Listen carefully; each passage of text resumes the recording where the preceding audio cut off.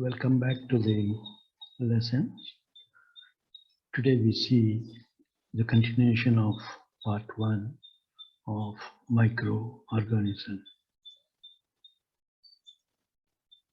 Uses of microorganisms.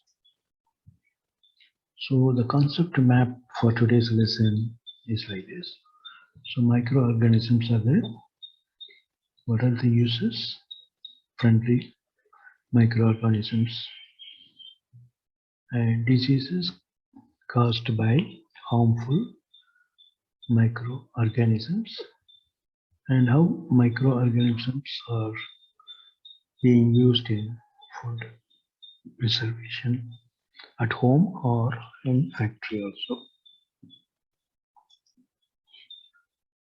So as we have seen earlier, microorganisms are very tiny particle living things, and they are useful in different fields such as medicine, agriculture and industry.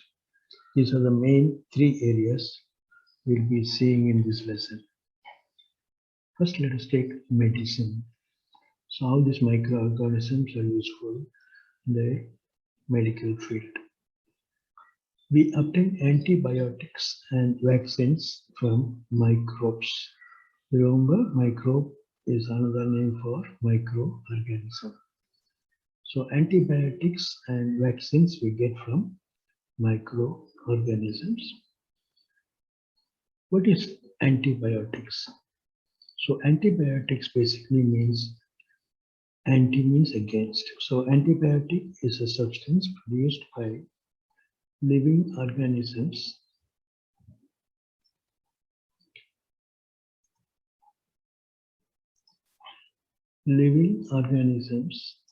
which is toxic. Toxic means harmful for other organisms. So antibiotic is a substance produced by living organisms which is toxic to other organisms. So the antibiotic example could be penicillin. This is obtained from the penicillin is a medicine used for treating tetanus or septic kind of a disease and diphtheria. So these are the 2 diseases which can be controlled by using this antibiotic called penicillin. Diphtheria is mostly affected by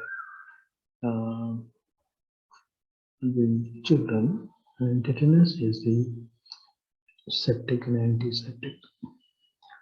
So the antibiotic streptomycin is obtained from Streptomyces bacteria. This is to cure a very dangerous disease called plague or plague. This is something similar to the corona what we have now. But with the use of antibiotics, almost this disease is not there in the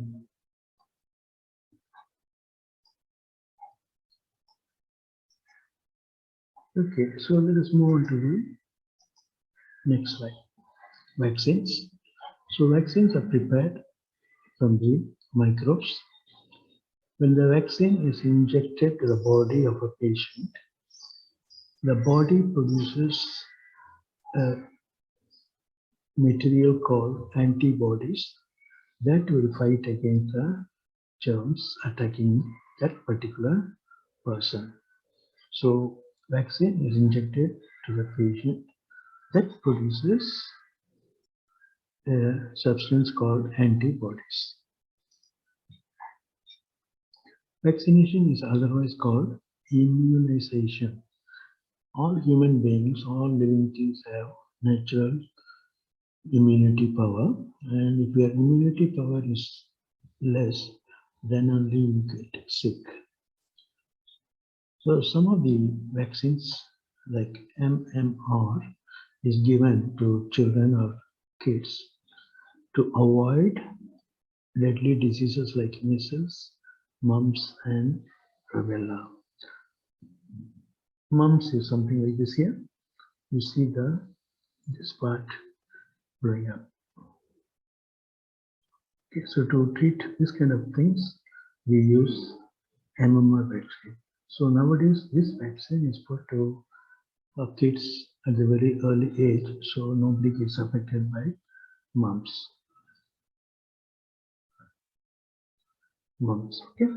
So measles and rubella affects the body also. The rash, what you see on some of the people, is due to this disease. So they have to take medicine similar to MMR or MMR based on the doctor's advice. Also, the other vaccine, BCG, is given for preventing tuberculosis. Tuberculosis is the disease which affects for liver and other areas, mostly the breathing. Okay. So last time there was no medicine for tuberculosis, and people who chew a lot of tobacco, all that, they get smoking, all that, they get this disease. So this vaccine is very useful to control or cure tuberculosis. So there are vaccines available for this kind of diseases. These microorganisms also useful in the field of agriculture. This acts as a natural fertilizer. So microorganisms are called as decomposers because they act upon degradable waste which is in the soil.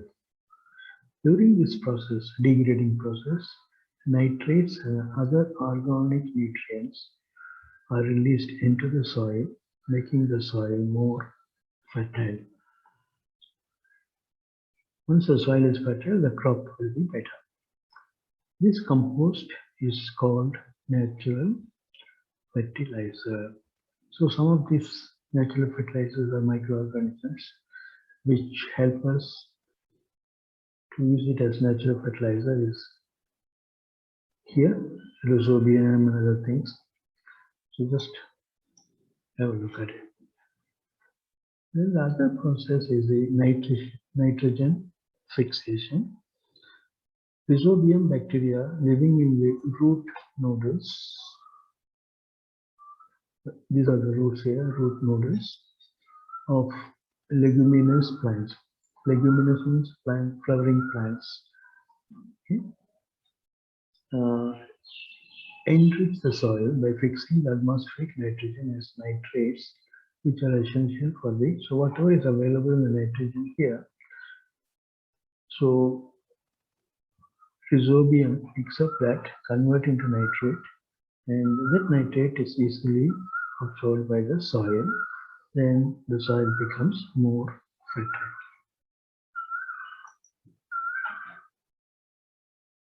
So in addition to being the natural fertilizers, sometimes microorganisms are used to protect the crops from pest.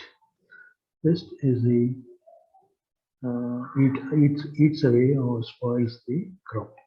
Some of them are given below, some of the microbes.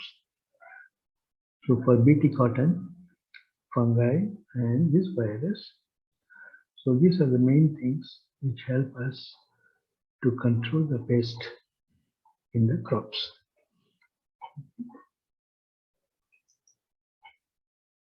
Okay, now let us see how these microorganisms are being used in industry. Okay, first is the sewage treatment. When the sewage water is released from the industry, instead of directly releasing to the water bodies, they have some sewage treatment plant. So sewage treatment plant, in the second stage of wastage water treatment, aerobic microbes are allowed to grow in the primary effluent. So whatever the sewage water comes from the industry of the chemicals, all that. So Arabic microbes are allowed to grow and they eat away major part of the organic matter in the effluent. So the effluent water becomes better. So in anaerobic treatment of sewage, we use some chemicals to treat the sewage water before letting it into the river bodies. Production of biogas. So biogas, you must be aware, it is useful for cooking and other purposes. Human and animal facial matter and plant waste are broken down by anaerobic bacteria to produce methane. Methane is another name for biogas, along with carbon dioxide and hydrogen. So these bacteria are called as methanogens. So biogas is a useful product which is produced with the help of the anaerobic bacteria or microorganism from the waste, human and animal waste or plant waste. Okay, so production of alcohol and other wine and other drinks. So alcoholic drinks are prepared by fermentation process using yeast. You know, yeast is a microorganism. So they use yeast to ferment the drinks. Sugars present in grapes are fermented by using yeast. So we get wine here. So yeast is a fermentation agent. Even at home, we use yeast for making bread, cake, curd, other things. Beer is produced by the fermentation of sugars in rice and barley. Okay, so some microbes are useful in industries like linen thread industry, where they choke in the bundles, which are the plant's bundles, which have a sort of a strong bonding or binding of the threads. So once they choke in the water, after some time they take it out. Then in the water, these bacteria or the microorganisms, they act on the stem tissues. So this process is known as retting. So once they act on the stems become loosened up. So the liquid inside all that, they dry up. So it's easy to take out the fibers like this from the plants. In tanning industry, bacteria act upon the skin of animals and makes it soft, and therefore it becomes viable. So the tanning industry, the raw skin of the animals are to be treated to make it more shiny and soft. So they use microbes there and make it flexible, clean, shiny, etc.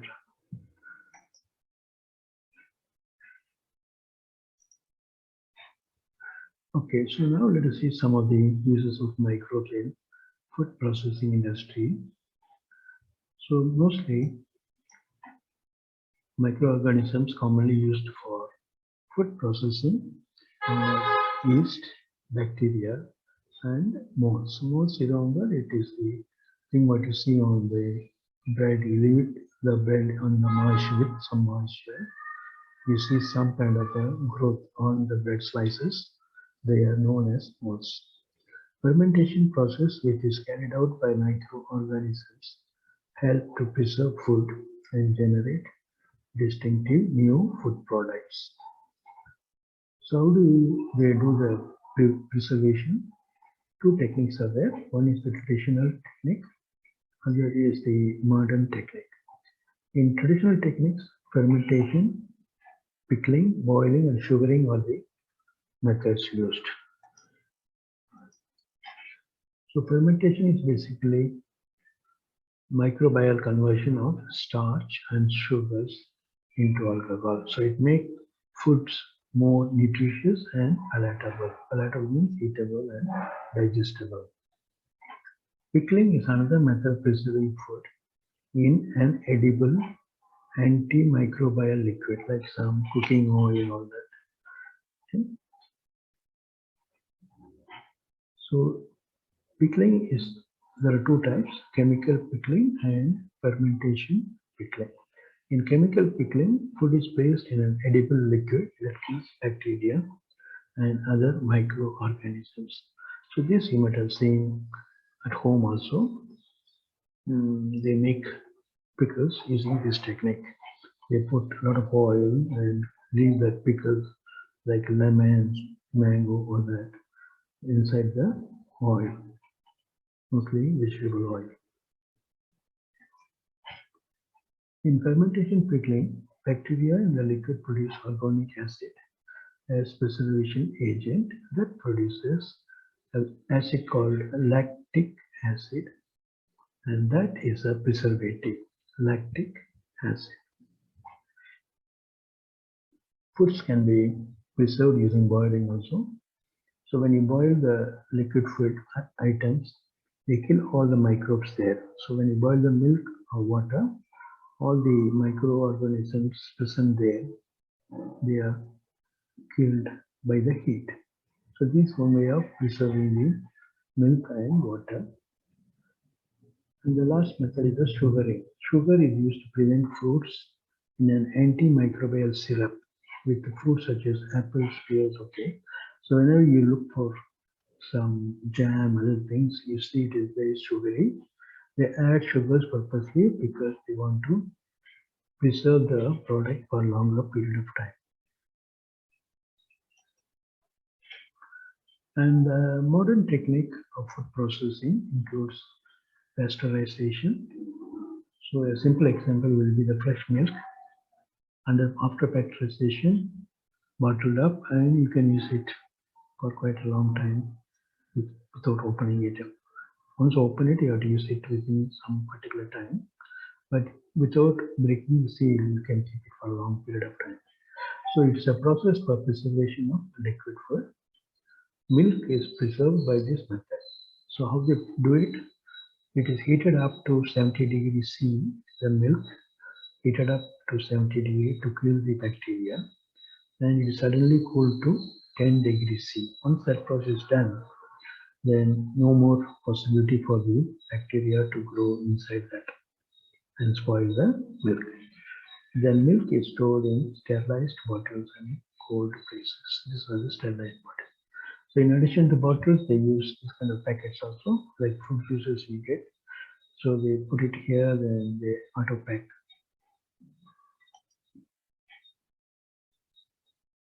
And there's one more item called probiotics. Probiotics are live food supplements used in yogurt and other fermented milk, mostly dairy products. Dairy products always will be probiotics. These bacteria improve the microbial spectrum. So most of the time when you take yogurt, when your stomach is upset and you feel relieved. So most of the times, this bacteria improve on to decrease the risk of colon cancer, decrease cholesterol absorption by the body, so prevent diarrheal diseases by increasing immunity. So diarrhea and all you may not get because this increases the immunity power. Okay, so not all are good microorganisms. There are some microorganisms which are harmful to plants, animals, and humans. They cause diseases and hence they are called pathogens. Pathogens. So pathogens enter into the body through cuts and wounds in the skin. Okay, wherever the body is cut, then it goes into the body. Viruses causing flu or spread through air.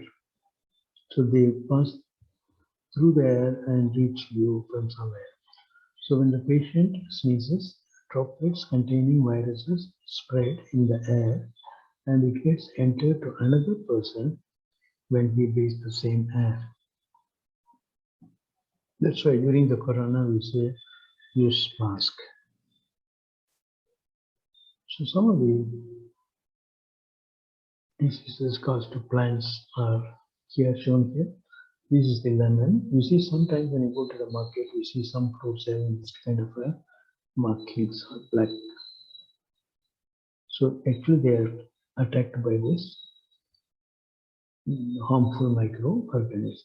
So citrus canker is one example. And for the human body, you get tuberculosis, cholera, and common cold because of how it is transmitted to you through air by flies. Cholera comes through flies.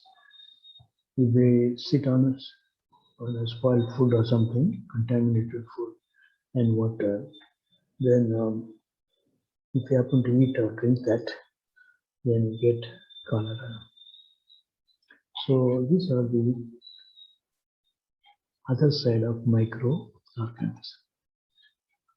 So in conclusion, thousands of bacteria, fungi and other microbes that live in our gut area are essential contributors to good health. They break down toxins, manufacture some vitamins and essential amino acids and form a barrier against any diseases.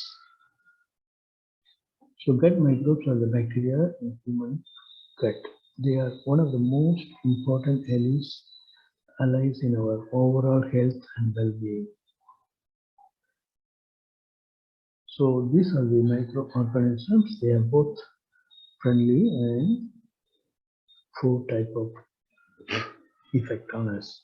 So we should be careful about that. So the mind map is something like this. We have microorganisms under that, different categories: virus, bacteria, fungi, algae, and protozoa.